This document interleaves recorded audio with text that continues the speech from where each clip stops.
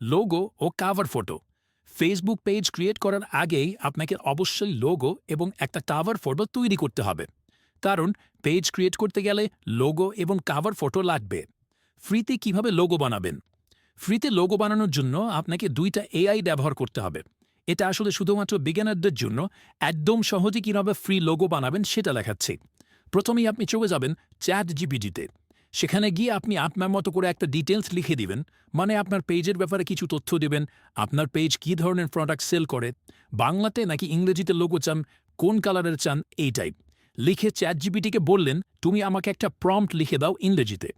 আপনি চ্যাট জিপিটিকে যত বেশি তথ্য দিতে পারবেন, সে আপনাকে তত সুন্দর একটা প্রম্পট লিখে দিতে পারবে।